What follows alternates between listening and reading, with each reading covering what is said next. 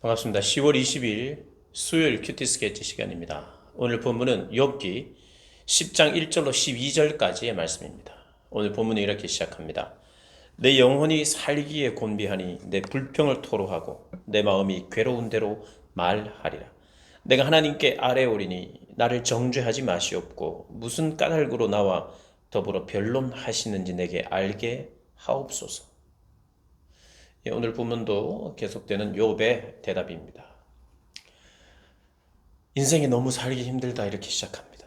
그리고 내가 가진 불평을 토로하겠다고 내 마음이 괴로운 대로 내가 느끼는 대로 말하고 싶습니다 하고 하나님께 아뢰기 시작합니다. 하나님, 나를 정죄하지 마시고 내가 무슨 까닭으로 이렇게 내가 고통을 당하는지 알고 싶습니다. 이 욥 역시도 인과응보, 원인이 있어야 이런 결과가 있을 것인데 그게 죄 때문이라면 그 죄가 무엇인지 가르쳐 달라는 거예요. 물론 친구들은 분명히 죄 때문이다 이 정도의 수준에 머물러 있고, 욥은 죄 때문이 아닌 것은 아닌 것 같다. 만약에 죄 때문이라면 이것을 꼭 내가 알고 싶다.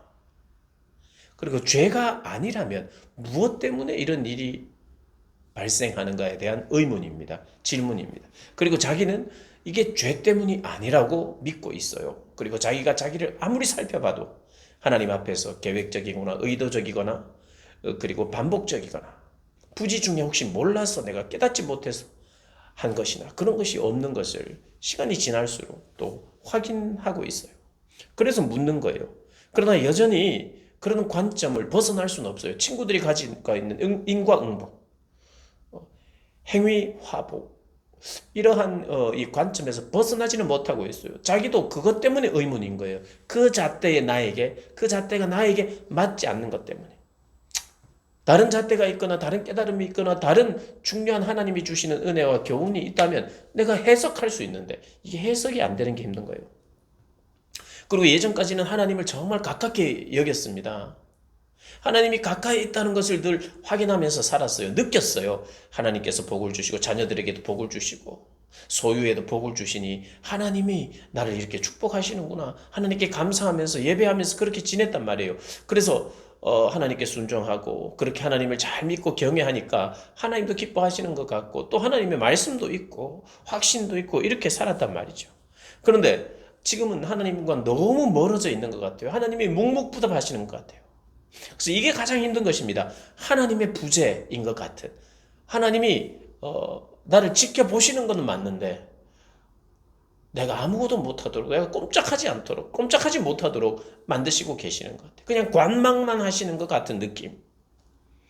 그래서 이것이 그의 인생에 있어서 가장 힘든 것이에요. 하나님이 대답이 없으시고 하나님이 계신 것은 맞는데. 그래서 이렇게 이야기하는 거예요. 하나님을 부인하지 않습니다. 3절에 주께서 주의 손으로 지으신 것, 주께서 나를 만드신 창조주이신데 나를 왜 학대하시는지. 그러니까 하나님의 하나님됨을 인정하면서 간구하고 있어요. 하나님은 나의 창조주이십니다.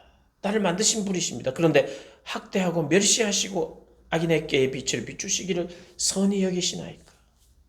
악인들은 왜 이렇게 이 세상에서 잘 살아가고 있습니까? 또 악인과 자기를 비교하기 시작합니다.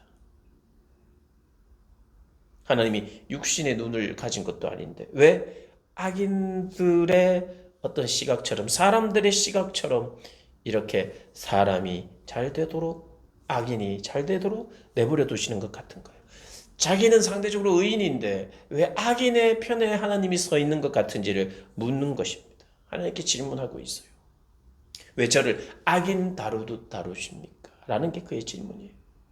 그러니 하나님과 너무 멀어져 있는 것 같은 그런 느낌을 받는 거예요. 모든 의인들이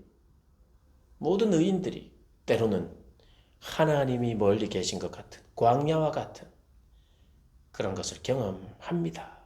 그래서 그곳에서 하나님 말씀하시고 새롭게 하시는 게 있죠. 그런데 욥이 지금 어떻게 하고 있느냐? 욥이 중요한 특징이 있습니다. 불평도 합니다. 자기가 불평한다 그랬어요.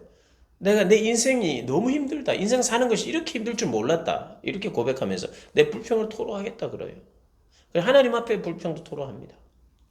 그런데 10절에 보면, 그리고 아까 읽었던 3절, 10절, 11절 보면 10절은 이렇게 이야기합니다. 주께서 나를 젖과 같이 쏟으셨으며 엉긴 젖처럼 엉키게 하지 아니하셨나이까.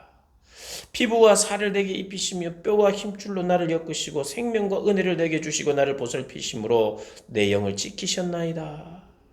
8절 9절 주의 손으로 나를 빚으셨으며 만드셨는데, 주님이 나를 만드셨다 빚으셨다는 이야기가 벌써 두 번이나 나오죠.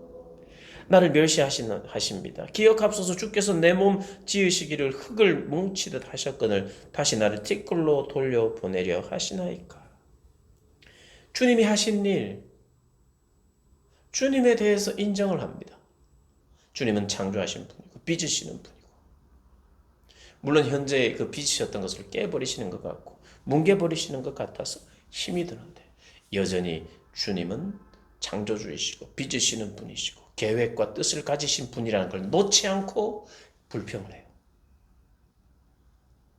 그러니 우리가 하나님의 하나님됨에 대해서 우리가 고백하면서 그렇게 하나님께 하나님을 붙드는 거예요. 그러니까 하나님이 베푸신 은혜, 하나님의 은혜, 그 은혜를 되뇌이면서 버티고 있어요. 우리가 할 수 있는 최선인 것 같아요.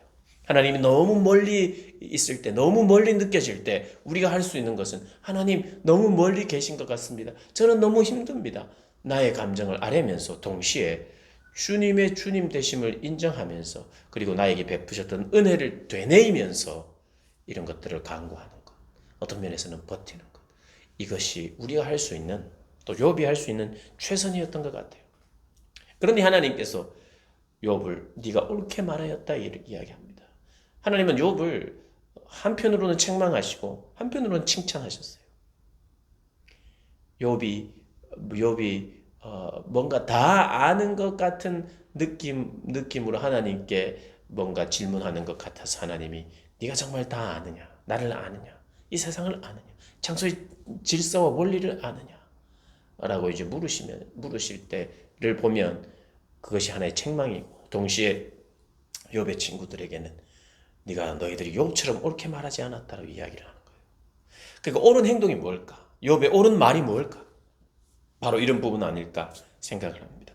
하나님이 허락하신 은혜를 되뇌이면서 하나님께 간구하고, 내 불평을 쏟아놓지만 하나님을 저주하거나 욕하거나 하나님 나 이제 믿지 않겠습니다 라고 하는 그런 것이 아니라, 답답함, 안타까움, 속상함, 그런 모든 것을 아뢰면서 주는 여전히 은혜를 베푸시고 계시는 분임을 또 믿으면서 신뢰하면서 그렇게 하나님께서 허락하신 은혜를 되뇌이면서 버티는 것, 그것이 우리가 할 수 있는 최선인 것 같아요. 여러분, 그래서 하나님의 은혜를 되뇌이면서 또 고통의 때에 그렇게 인내하고 버티시는 여러분들 되시길 주님의 이름으로 축복합니다.